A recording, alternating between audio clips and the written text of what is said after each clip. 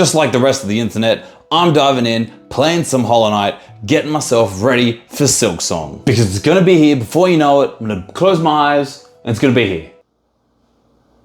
Shit, not yet. Now I'm only a couple hours in on this new replay and it's already reminding me why you need to play Hollow Knight before you get Silksong. You gotta do it. You just gotta. I don't have any kind of crazy gameplay to post in the back. I've just got a little bit of me replaying the game from the start. So I think I'm only like an hour in when you see this gameplay footage. So, I mean, that's all you're gonna get. I don't know what you want from me. Now, Hollow Knight is the most successful indie Metroidvania style game. And let me tell you, I don't generally care for Metroidvanias outside of actual Metroid, but Hollow Knight, it's got its hooks in me. It's the only Metroidvania, I would argue more than Metroid itself, that has actually hooked me in the way that it has. Now, one of the biggest reasons why you will need to play Hollow Knight before you get ready for Silksong is to just get accustomed with the main character, Hornet. She's introduced in this game as an adversary of sorts, but as you progress in the story, you get invested in her, you realize that there's a lot more to her than meets the eye. More than meets the eye. And what better way is there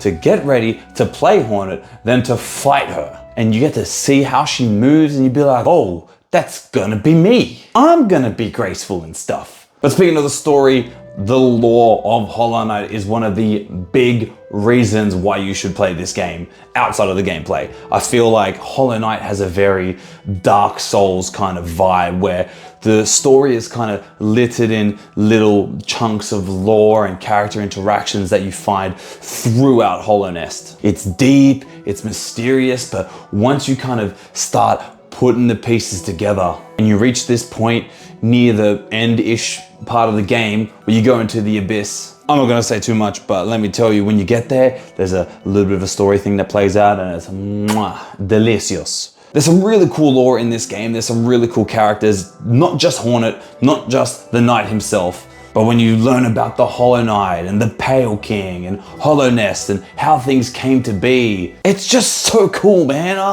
Now, one of the biggest appeals to me outside of the story, outside the characters and the lore, is the combat. The combat feels incredible. The controls feel tight. Everything feels good. You feel like when you lose because you weren't good enough. And let me tell you, that happens a lot. And not only can you attack in front of you, but you can attack above you and you can jump and you can attack below you. And let me tell you, when you get used to jumping and slashing down and bouncing off mofos, it opens up the possibility of how you can interact with all these other characters. Like you fight these knights and they have their shield, and if you just hit the shield, they swing at you. And you can just like stand out of the way and they come back and attack them. But if you hit the shield and then you jump on top of them and you fuck them up, and they're just like, oh my God, how'd you get on top of me? What is this shenanigans? You just feel amazing. And then you get into some of these boss fights, and in the early stages, obviously, early boss fights are a bit more basic, but when you get to the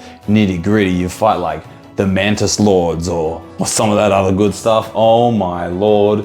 The fights are so crazy. Some of the boss fights can get pretty difficult, so if you're not really into hard fights, maybe. But let me tell you, there is such an overwhelming level of satisfaction when you beat some of these bosses and you just feel this rush. You're just like Piccolo when he absorbs Nail. He's like, yes, I can do it, yes. It's just incredibly satisfying, and it feels like you can just get better and better. But you sort of have to, because the bosses just get harder and harder. So you're like, oh, well, shit, I gotta get good. Now, outside of that, one of the other amazing things that I really vibe with in this game is the sound design. And I'm not just talking about how masterfully crafted the soundtrack is and how the themes really drag you into the atmosphere and the world and how bleak but somber some of this can be. I'm not just talking about that, I'm talking about some of the sound design. I'm talking like, sometimes I was making my way through these caves and then I hear this guy and I just hear like a muffled like, I don't know if that's a sound. In my brain, that's how I remember it. And then I saw this guy, he was up there and I jump up there and I saved him and he's just like, hey, fuck you. I think he wants to fight me. A lot of the characters have very unique sounds to them. They all sound like their own character. Like you can go into a new area and you can just hear this guy, Conifer, I think his name is, the guy making the maps. He's just like, and you're like, oh shit, we gotta, there's a map guy near here. There's little witchetty grub things. You can hear them. Triggers something in your brain. We're like, okay, I heard the sound. Now I need to go looking for these people. And speaking of looking around, the exploration in this game feels natural. It feels endlessly rewarding. And this is coming from somebody that generally doesn't really vibe with Metroidvania games. Like outside of this and actual Metroid, and I would actually say this more than Metroid, there's just something about it, like wandering in these vast, expansive caverns and to a much more lush, foresty type of area, and then going to like the fog canyon with all the little bubbles and jellyfish. Oh, those jellyfish. But there's such a vast underground world of Hollowness to explore, and I never feel bored with it. It just feels like the world was crafted with a lot of care and love, and I don't know, I'm not really much of an explorer in a lot of these games, but I really enjoy just making my way through Hollowness. But anyway, all I'm saying is Hollow Knight is pretty cool. It's a pretty good game, and good is a vast understatement. Do yourself a favor,